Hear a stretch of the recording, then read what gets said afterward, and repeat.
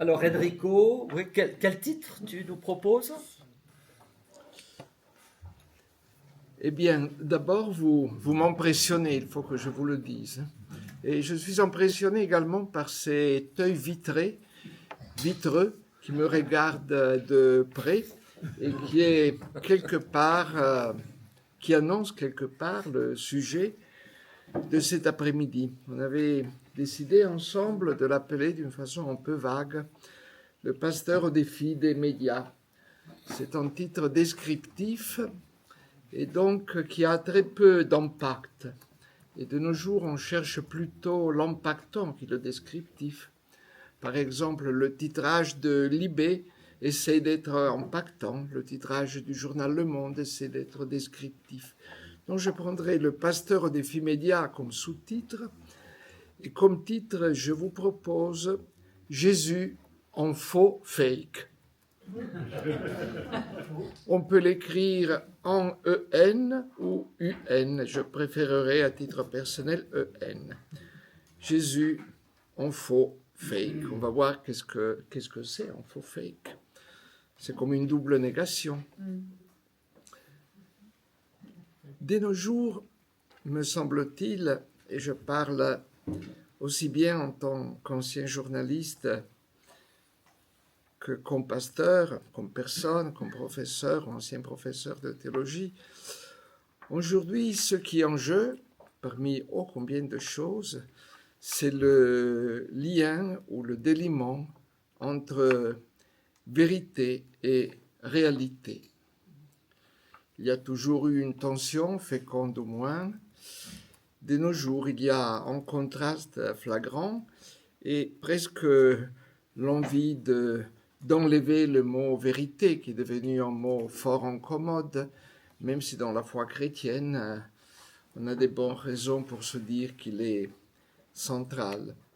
Mais même la réalité a du mal à résister.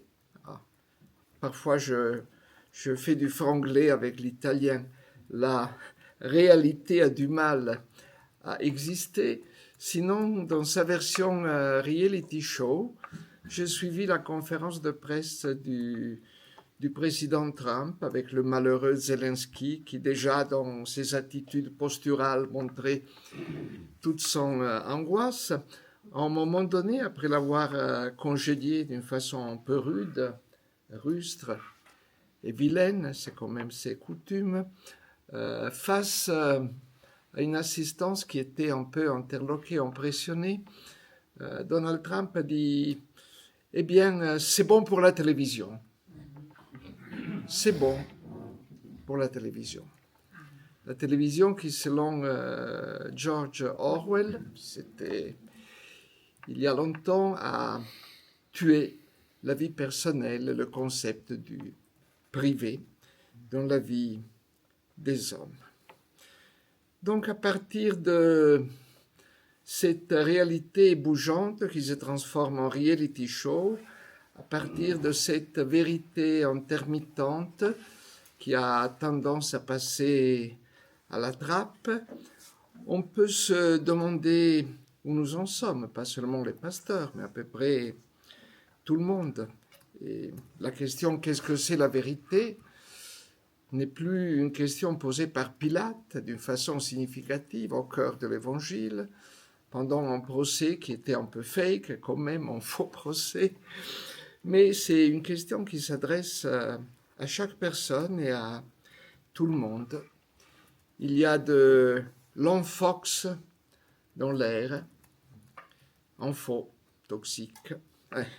Aux États-Unis, il y a même Fox News qui peut être toxique, donc en Fox se prête aussi à être attribué à cette chaîne un peu et peut-être un peu trop de droite.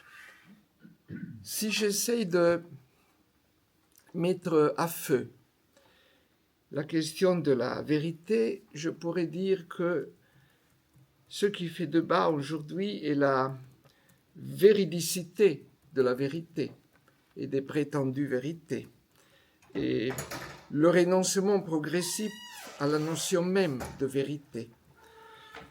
L'absolu relatif a été inventé, pour ainsi dire, par Einstein, mais voit son développement très, très fort et très rapide grâce à Trump. Les vérités, les réalités alternatives. Je vous fais un exemple. Le parti qui a failli devenir le premier parti aux élections législatives en Allemagne, Alternative für Deutschland, dont la Führerin est très conservatrice et à la fois lesbienne. Ce sont deux concepts qu'on a du mal à superposer dans un pays latin comme la France, a dit, interviewé par un intervieweur pas comme les autres, il s'appelle Elon Musk, peut-être ça vous dit quelque chose. Il a dit que Hitler était communiste. La chose avait échappé à un certain nombre d'Européens et d'habitants du monde. On peut tout soutenir, mais c'est très difficile de le faire. Et les choses sont dites d'une façon apodictique, non pas comme un avis personnel, non pas comme une opinion. D'ailleurs, nous l'avons appris ce matin, les opinions se portent plutôt mal, mais comme une sorte de données de fait qu'on ne peut pas discuter. Mais dont on vous dit la vérité, Hitler était communiste. Ah bon, ah oui, mais non, ça s'explique. On comprend plein de choses maintenant qu'on sait qu'il était communiste. Le surgissement de la catégorie même visuelle du fake, car le fake a une dimension visuelle, on n'est plus à Photoshop. Vous pouvez voir Emmanuel Macron qui chevauche un ours blanc, vous pouvez voir Poutine qui nage dans la Seine avec Anne Hidalgo, et c'est réaliste, on va dire, faussement réaliste. Le réalisme faux est une catégorie, je répète encore une fois ce nom, qui se développe très bien. Il y a une dimension visuelle, il y a les vidéos fake. Et s'il y avait une discipline, un nom un peu grec, un peu trop difficile, l'heuristique, c'est-à-dire la recherche de la vérité.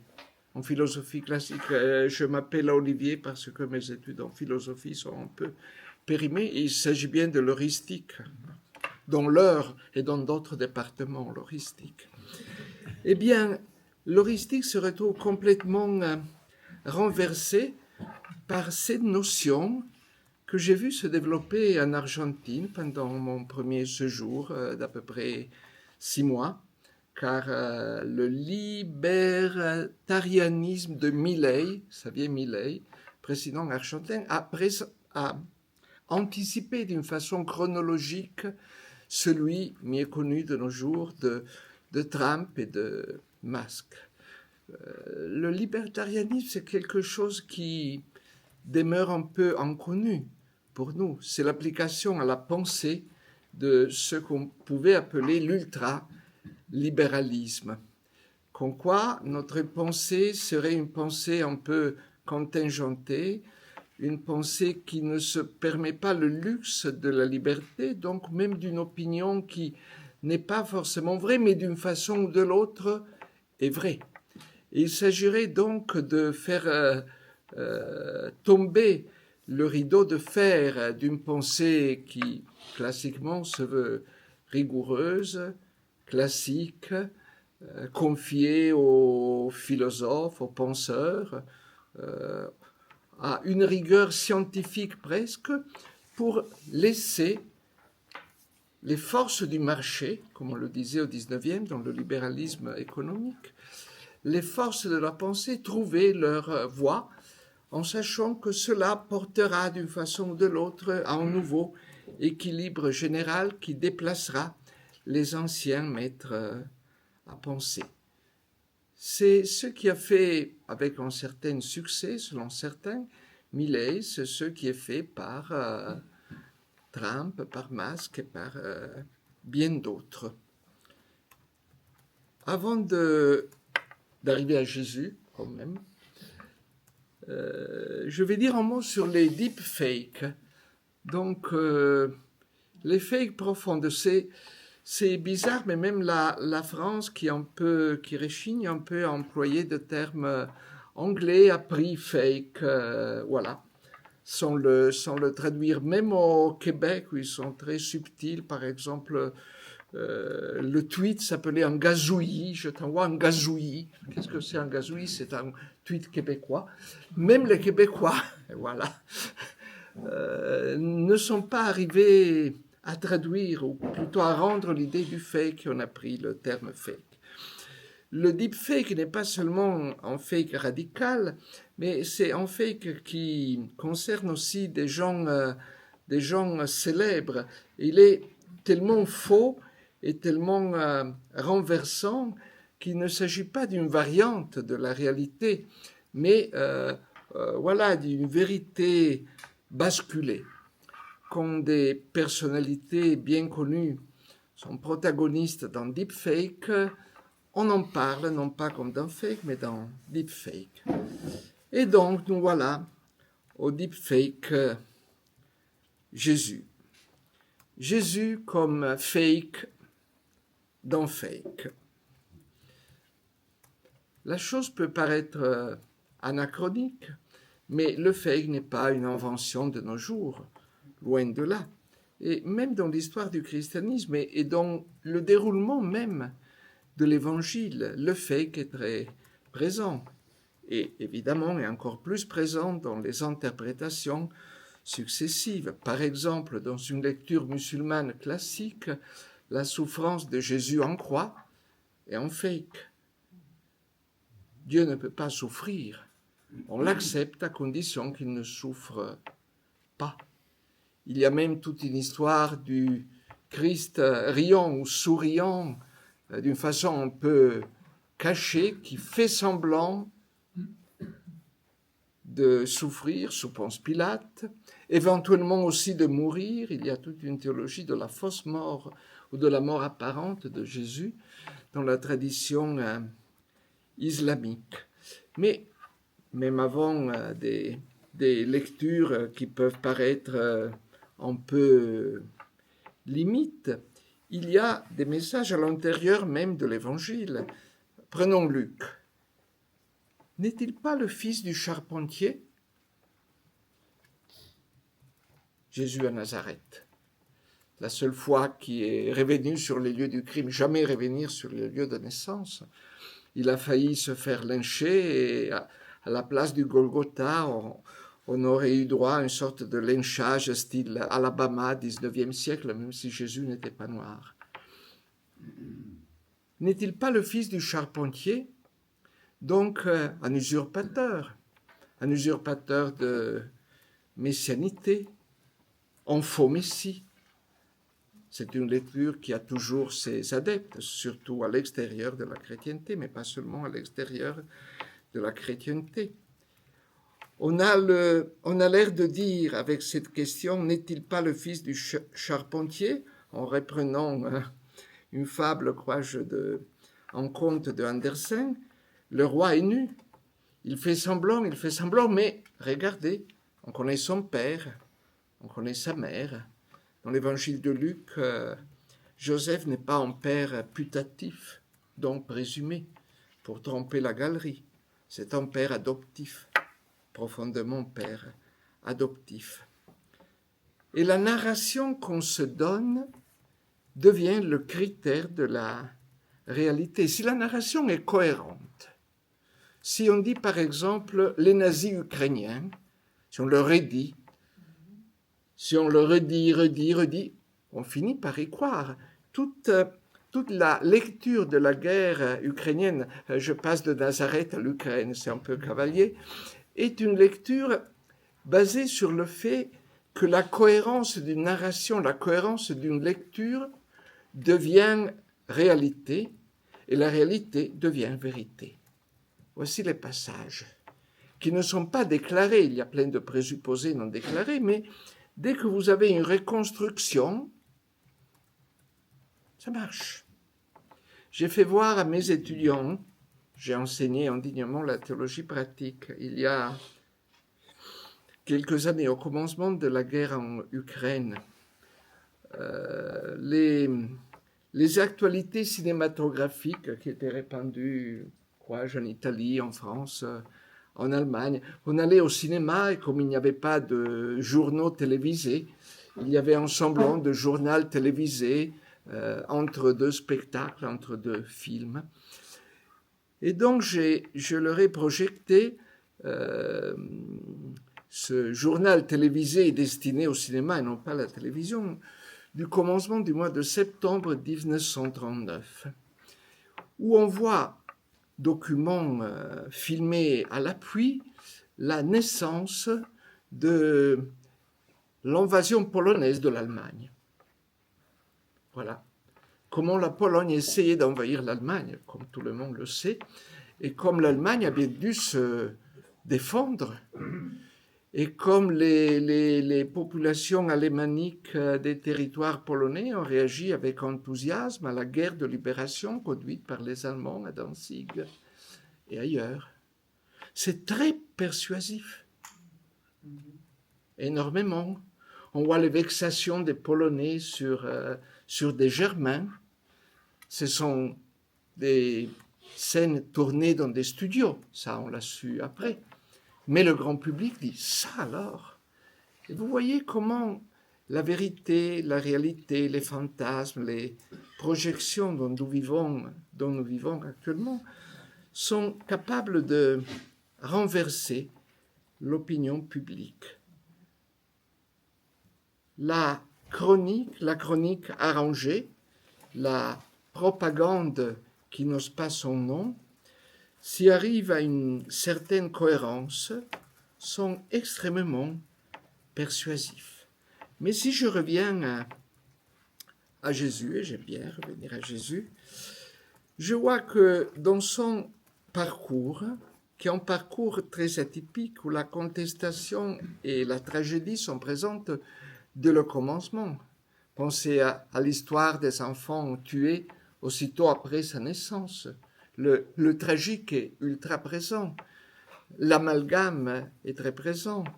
L'ambiguïté plane toujours, y compris auprès de ses disciples, qui se demandent à plusieurs reprises s'il ne serait pas en fake, ce drôle de monsieur.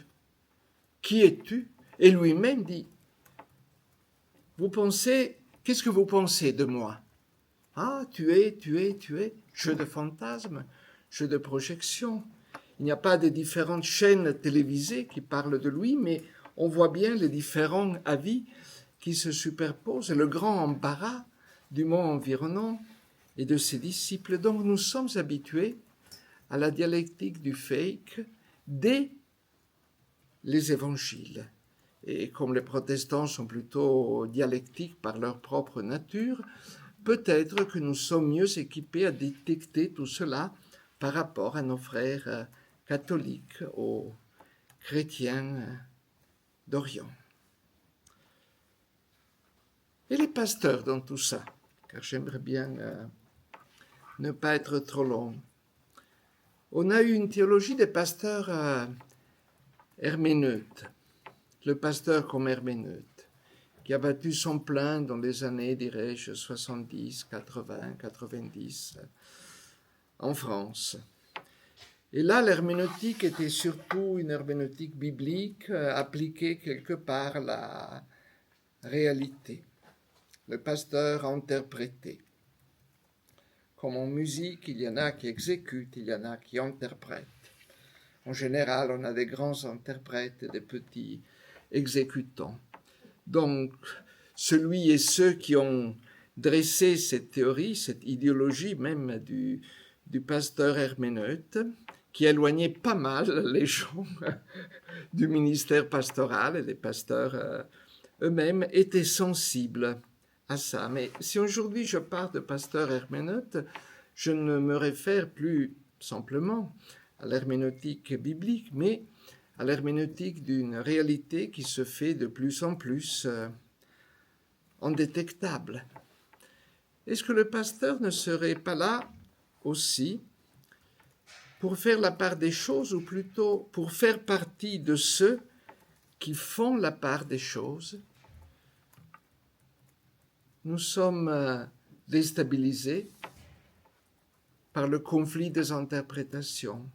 Nous sommes effarés par la possibilité d'une guerre et même de plusieurs guerres que nous ne prévoyons pas et par rapport auxquelles nous ne sommes pas psychologiquement préparés. La question n'est pas vraiment seulement une question de canons, de drones, de parapluies atomiques, c'est que des générations durant, les gens s'attendaient à une guerre. Et depuis les années 50, on arrêté de s'attendre à une guerre tous les 20 ans, tous les 30 ans, et donc ils ne sont plus préparés, ils ne savent plus, nous ne savons plus qu'est-ce que c'est une guerre. Car les documentaires que nous voyons sur des guerres éloignées et même proches comme l'Ukraine ne nous préparent plus à ça. Et dans tout cela, est-ce que le pasteur peut être ou devenir ou redevenir une figure de référence? Et là, je sors le sous-titre qui dit justement le pasteur face aux médias. Et j'ose une provoque de plus. Les médias, eh bien, c'est connu. Et si le pasteur était en médium? Médium, c'est le singulier de média, qui est en pluriel neutre, comme Biblia. La Bible est en pluriel, est un nom pluriel. Et le médium, voilà, on peut s'imaginer Madame Irma, si le pasteur est une pasteur, ou alors en médium, le spiritisme classique. Mais qu'est-ce qu'il y a dans le mot médium? C'est que cette médiation, déjà, nous sort de l'immédiateté. Nous vivons dans une immédiateté communicationnelle. Donc, dans le renoncement à la médiation, donc, éventuellement, à l'incapacité de médiation. Tout est en direct, comme la conférence de presse Zelensky-Trump.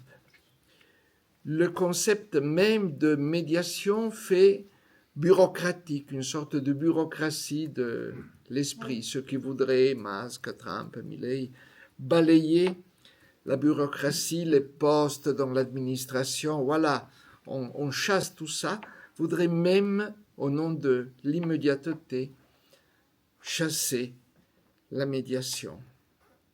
La médiation qui n'est pas forcément la recherche d'un compromis en cas de conflit, mais est simplement un temps qui s'interpose entre des données de la réalité, l'interprétation, la réaction. C'est un élément qui consent de redistribuer le jeu et même de faire participer au jeu des gens, des entités, des institutions, des catégories qui ne faisaient pas au commencement partie de la stratégie du jeu.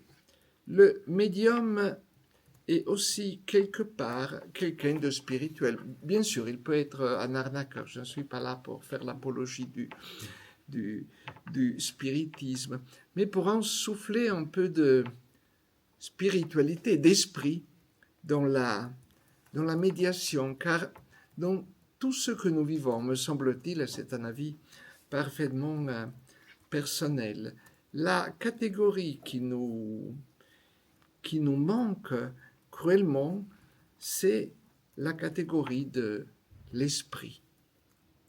Il n'y a pas d'esprit, ou il y a peu d'esprit en ce qui se passe. Bon, je ne parle pas de l'esprit de finesse dont Donald Trump semble cruellement dépourvu. Je ne parle pas de l'esprit au sens alcoolique, même s'il pourrait aider de temps à autre. Je ne parle pas de mots d'esprit. Je parle aussi de l'Esprit Saint, de quelqu'un qui peut investir la réalité, transcender ou transcendre, transcender la vérité et l'éclairer d'une façon autre par rapport à la donnée brute, des données réel proprement dit. Le pasteur, en tant que ministre, donc serviteur de l'Évangile et de la parole, a un mot à dire dans ce domaine. Un mot pas exclusif, partagé avec des autres, mais dans une position un peu exclusive. En ayant essayé d'enseigner la théologie pratique quelques années durant, je me suis posé quelques questions sur le mot célèbre de Barth, évoqué même ce matin, crois-je. Le journal dans une main, la Bible dans l'autre. En général, on a besoin de 2 mains pour un journal, de 2 mains pour la Bible, et on n'est pas quadrumane. Et donc, il y a une question presque zoologique qui se pose face à cette image, en tout cas anthropologique. Peut-être que le darwinisme pourrait nous venir en aide. Mais de nos jours, le journal est mort, ou presque, il agonise. Et la Bible n'est pas vraiment en bonne santé, ou en très bonne santé. Et donc, il faudrait chercher d'autres images, après cette image qui fut très efficace, et autre façon de dire. Nous sommes face à des pasteurs, très souvent à des jeunes pasteurs, j'en connais en Italie aussi peu, mais ils existent, qui ont des hésitations hamlétiques dans leur ministère. Est-ce que je vais chatter, ça se dit? Chatter. Voilà. Est-ce que je vais chatter avec des filles ou des garçons, selon le sexe du pasteur ou de la pasteur, ou alors visiter de vieilles dames? Les deux démarches ne sont pas facilement compatibles. Les visiteurs et les visiteuses tendent à visiter compulsivement, et les chatteurs et les chatteuses tendent à chatter compulsivement. La concurrence du virtuel par rapport au réel, la tentation de chercher des affinités lectives, c'est plus facile avec une chatline qu'avec une visite chez une vieille dame, c'est quelque chose d'important, et c'est quelque chose qui risque de perturber, de partager, et même dans des cas même pas extrêmes, de diviser la vie du pasteur. Je vais terminer cette causerie, car c'est quand même une causerie, avec un exemple qui me concerne. Voilà, la fameuse vanité ou vaine-gloire. Quand je suis arrivé à Rome, c'était l'année 2011, comme tout nouveau professeur de théologie pratique. On ne me connaissait pas, je me cachais en France. Et donc, on m'a demandé de parler au corps pastoral, qui existe en Italie. En France, je crois que d'un point de vue disciplinaire, il n'existe pas, mais enfin, c'est des détails juridiques. Pour parler de Facebook, or je n'étais pas sur Facebook. Et j'ai parlé à partir de mon incompétence, comme il y a des curés qui prêchent les mariés à partir de leur célibat. On peut faire le même avec Facebook. Entre-temps, quelque chose a changé. Je suis sur Facebook, je suis sur Instagram, je suis sur Threads, qui est l'aile gauche de X, anciennement Twitter. Je suis sur Blue Sky, qui est l'aile gauche anglophone. Toujours une deuxième dissidence, et les protestants. C'est la dissidence de X et podcast et YouTube. Et parfois je me dis, Enrico, le pasteur, car je me sens comme un pasteur prêté à l'enseignement plutôt que comme un professeur prêté au pastorat, qu'est-ce que tu fais avec tous ces jouets? Il s'agit de jouets assez exigeants, car comme Moloch et comme plein d'idoles demandent chaque jour de la viande fraîche, des messages, de postes. Ils ont toujours appétit. Les dieux ont toujours soif, ils n'ont jamais assez, comme le chantait Brassens. Et donc, quelques heures de ma vie, même si je dors un peu moins que d'habitude, sont dédiées à cela. Et je me dis, mais si tu te perçois comme pasteur, et si tu l'es quelque part toujours, qu'est-ce qu'il y a derrière tout ça? Un souhait de succès, un souhait d'immortalité, tu comptes les followers, tu te dis, bon, en église le dimanche ils sont 15, mais sur Instagram ils sont 1824, et peut-être demain 25, 26, 27, 28, ça augmente.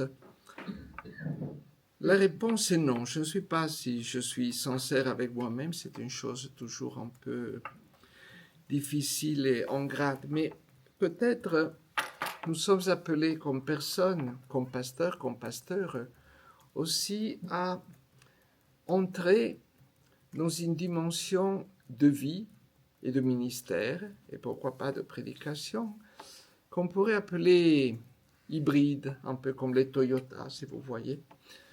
C'est-à-dire garder tout ce qui fait partie de notre bagage séculaire, non pas séculier, c'est-à-dire être serviteur de l'Évangile, ministre de la parole, avec tout ce que cela a pu signifier un demi-millénaire durant. Aujourd'hui, où tout est périmé en 10 secondes, un demi-millénaire, c'est pas peu, et on ne fait pas de solde. Mais en même temps, ne pas refuser ces avatars de la réalité, de la vérité qui poussent au portillon et qui se présentent l'un après l'autre à une vitesse d'enfer et avec une densité qui ne perturbe pas les très jeunes parce qu'ils sont complètement accros et souvent dépendants. Convoquer ce monde un peu mystérieux. Si les disciples fréquentaient la piscine de Bethesda, par rapport à Bethesda, le sanctuaire de Lourdes est un lieu très très biblique, hyper biblique. Si Jésus fréquentait des milieux, voilà, les buveurs, les prostituées, si il était là où on ne l'attendait pas, il n'était pas là où on l'attendait, il y a là un discours sur la méthode qui n'est pas forcément cartésien, mais qui a sa validité. Se frotter à ça. La Bible et le journal, avec les mains, avec les pieds, avec le regard, avec les oreilles, avec tout ce qu'il faut.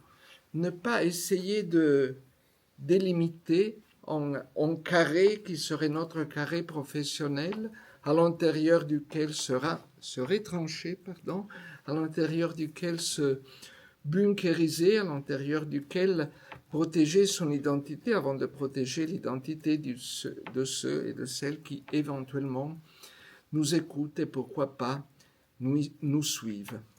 Oser la friche. La friche peut être assez féconde. Je sais bien qu'un champ de blé est mieux. Je n'ignore pas les paraboles de Jésus sur la mauvaise herbe et sur le tri fait par les anges. Mais justement, le tri est destiné aux anges, et sauf erreur, nous ne le sommes pas. Introduire, injecter de l'hybride. Et à partir de cet hybride, qui est incluant, car c'est la culture du temple, demeurer rigoureux dans la fidélité à la parole du Seigneur. Voilà, c'est un peu rhétorique, mais ça serait la fin. Dankeschön.